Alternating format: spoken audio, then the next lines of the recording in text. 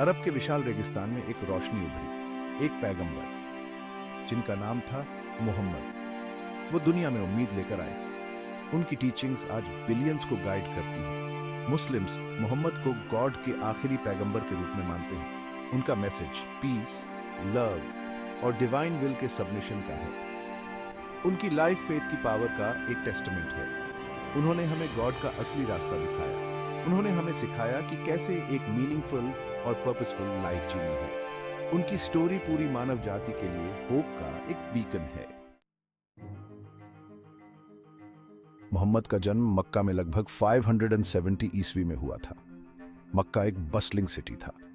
यह ट्रेड और स्पिरिचुअलिटी का सेंटर था। उनका जन्म एक महत्वपूर्ण घटना थी। इस्लामिक ट्रेडिशन के अनुसार यह चमत्कारों से भरा था। उनका जन्म कुरैश ट्राइब में हुआ था। यह ट्राइब बहुत रिस्पेक्टेड था। वे काबा के कस्टोडियंस भी थे। काबा एक सीक्रेट श्राइन है। यह गॉड की वननेस को रिप्रेजेंट करता है। इस होली सिटी में उनका जन्म उनकी डेस्टिनी को फॉरशैडो करता था। उन्हें एक लीडर बनना था।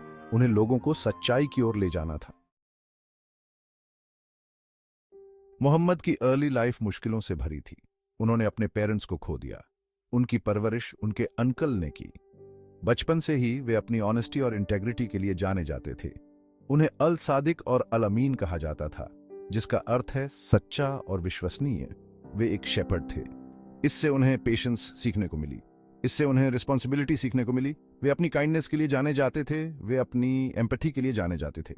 यही बात लोगों को उनकी ओर खींचती थी। जब मोहम्मद 40 साल के थे तो उनकी लाइफ हमेशा के लिए बदल गई। उन्हें गॉड की तरफ से पहला रेवलेशन मिला। यह घटना माउंट हीरा की एक केव में हुई।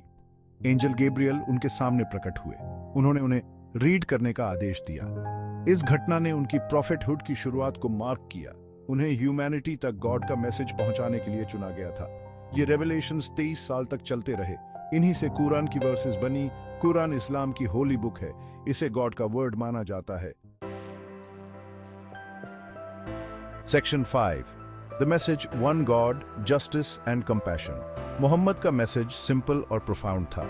यह मैसेज न केवल उनके समय के लोगों के लिए था, बल्कि यह आज भी उतना ही रेलेवेंट है। उन्होंने लोगों को एक ही गॉड, अल्लाह, पर विश्वास करने के लिए कहा। यह विश्वास यूनिटी और पीस का आधार बना। उन्होंने कंपैशन, जस्टिस और इक्वालिटी के महत्व पर जोर दिया। ये वैल्यूज समाज में हार्मनी और फेयरनेस लाने के लिए एसेंशियल हैं। उन्होंने सिखाया कि गॉड की नज़र में सभी इंसान बराबर हैं। यह टीचिंग डिस्क्रिमिनेशन और प्रेजुडिस के खिलाफ एक पावरफुल मैसेज था। उन्होंने आइडोलेट्री की निंदा की। उन्होंने लोगों को इनकरेज किया कि वे अपने फेथ को प्योर और अनअडल्टरेटेड रखें। उन्होंने अन्याय की निंदा की। उन्होंने कहा कि जस्टिस हर इंसान का हक है और इसे किसी भी कीमत पर अपहोल्ड किया जाना चाहिए। उन्होंने फॉरगिवनेस का प्रचार किया। फॉरगिवनेस न केवल दूसरों के लिए बल्कि खुद के लिए भी इंपॉर्टेंट है। उन्होंने काइंडनेस का प्रचार किया। काइंडनेस एक ऐसा वर्च्यू है जो समाज को एकजुट रखता है और म्यूचुअल रिस्पेक्ट को बढ़ावा देता है। उनका मैसेज उन लोगों के साथ रेजोनेट हुआ जो ट्रूथ की तलाश में थे। ये मैसेज स्पिरिचुअल और मॉरल गाइडेंस का सोर्स बना। उनकी टीचिंग्स ने स्पिरिचुअल एनलाइटनमेंट का रास्ता दिखाया। ये टीचिंग्स लोगों को इनर पीस और कंटेंटमेंट पाने में मदद करती है। उन्होंने एक जस्ट और इक्विटेबल सोसाइटी की पेशकश की। यह सोसाइटी म्यूचुअल रिस्पेक्ट और अंडरस्टैंडिंग पर आधारित थी। उनके वर्ड्स तेजी से फैल गए। यह वर्ड्स न केवल उनके समय में बल्कि आने वाली पीढ़ियों के लिए भी इंस्पिरेशन का सोर्स बने। Section 6, opposition and perseverance facing trials with grace. Muhammad के मैसेज को हमेशा अच्छी तरह से रिसीव नहीं किया गया। उन्हें मैकनिलाइट का विरोध झेलना पड़ा। उनकी टीचिंग से उन्हें खतरा महसूस हुआ। उन्हें और उनके फॉलोअर्स को सताया गया। वे अपने फेथ में स्टेडफास्ट रहे। उन्होंने मुश्किलें झेली। वे अपने बिलीफ से कभी नहीं डगमगाए। गॉड में मोहम्मद के अटूट फेथ ने उन्हें ताकत दी। इसने उनके फॉलोअर्स को ताकत दी। वे पेशेंट रहे। वे रेजोल्यूट रहे। उनका परसेवरेंस हम सभी के लिए एक इंस्पिरेशन है। Section 7, The Hijra, a journey of faith and resilience. This chapter delves into one of the most significant events in Islamic history, the Hijra, which was not just a physical journey but a profound spiritual and communal transformation. बढ़ते हुए persecution का सामना करते हुए मोहम्मद और उनके followers Medina चले गए। ये माइग्रेशन केवल एक एस्केप नहीं था बल्कि एक नए चैप्टर की शुरुआत थी। इस घटना को हिजरा के नाम से जाना जाता है। ये माइग्रेशन एक सिंबल बन गया फेथ और डिटर्मिनेशन का। यह इस्लामिक कैलेंडर की शुरुआत को मार्क करता है। हिजरा ने एक नए एरा की शुरुआत की जो इस्लामिक सिविलाइजेशन के लिए फाउंडेशनल साबित हुआ। हिजरा इस्लामिक हिस्ट्री में एक पिवटल मोमेंट था। इसने न केवल जियोग्राफिकल शिफ्ट को रिप्रेजेंट किया बल्कि एक आइडियोलॉजिकल और स्पिरिचुअल शिफ्ट को भी। इसने पहली मुस्लिम कम्युनिटी की स्थापना को मार्क किया। मदीना में मुस्लिम्स ने एक यूनिफाइड और सपोर्टिव कम्युनिटी बनाई। यह फेथ पर बनी एक कम्युनिटी थी। यहाँ लोग एक दूसरे के साथ मिलकर रहते थे और एक दूसरे की मदद करते थे। यह ब्रदरहुड पर बनी थी। ब्रदरहुड का मतलब था कि हर कोई एक दूसरे का ख्याल रखेगा और एक दूसरे के साथ खड़ा रहेगा। यह म्यूचुअल सपोर्ट पर बनी थी। म्यूचुअल सपोर्ट का मतलब था कि कम्युनिटी के हर मेंबर की जरूरतों का ख्याल रखा जाएगा। मदीना में मोहम्मद ने एक जस्ट और इक्विटेबल सोसाइटी की स्थापना की। उन्हें रेवलेशंस मिलते रहे। उन्होंने जस्टिस और इक्वालिटी के प्रिंसिपल्स को एस्टैब्लिश किया। उन्होंने गॉड के मैसेज का प्रसार जारी रखा। यह मैसेज था पीस, कंपैशन और जस्टिस का, जो आज भी मिलियंस ऑफ पीपल को इंस्पायर करता है। Section 8 building a community in Medina, unity and brotherhood. In the heart of the Arabian Peninsula, the city of Medina became a beacon of hope and unity under the leadership of Prophet Muhammad. Medina में Muhammad की leadership flourish हुई। उन्होंने अपने followers को एकजुट किया और एक मजबूत कम्युनिटी का निर्माण किया। उन्होंने मदीना के लिए एक कॉन्स्टिट्यूशन की स्थापना की। यह कॉन्स्टिट्यूशन एक महत्वपूर्ण दस्तावेज था जिसने मदीना के सभी निवासियों के अधिकारों और कर्तव्यों को स्पष्ट किया। इसने सभी सिटीजन्स के राइट्स को इंश्योर किया। इसने एक ऐसा फ्रेमवर्क प्रदान किया जिसमें सभी लोग, चाहे वे किसी भी बैकग्राउंड से हों, शांति और सद्भाव में रह सकें। इसने डाइवर्स कम्युनिटीज को एक साथ लाया। यह एक ऐसा समय था जब विभिन्न जातियों और धर्मों के लोग एक साथ मिलकर रहते थे और एक दूसरे का सम्मान करते थे। उन्होंने मॉस्क को प्रेयर के सेंटर के रूप में स्थापित किया। यह मॉस्क न केवल एक धार्मिक स्थल था बल्कि एक सामाजिक और शैक्षिक केंद्र भी था। यह लर्निंग का सेंटर था। यहाँ स्कॉलर्स और स्टूडेंट्स एकत्रित होते थे, ज्ञान का आदान प्रदान करते थे और एक दूसरे से सीखते थे। यह कम्युनिटी का सेंटर था।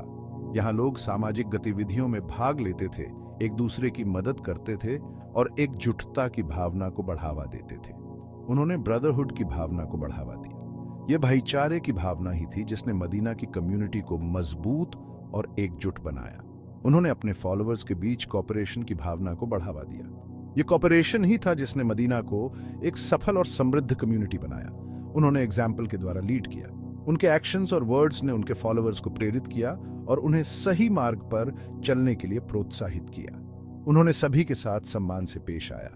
उनका रिस्पेक्टफुल बिहेवियर सभी के लिए एक उदाहरण था और इसने कम्युनिटी में म्यूचुअल रिस्पेक्ट की भावना को बढ़ावा दिया। उन्होंने गरीबों के प्रति कंपैशन दिखाई। उनकी चैरिटी और जेनरोसिटी ने मदीना की कम्युनिटी में एक केयरिंग और सपोर्टिव एनवायरनमेंट बनाया। उन्होंने नीडी लोगों के प्रति कंपैशन दिखाई।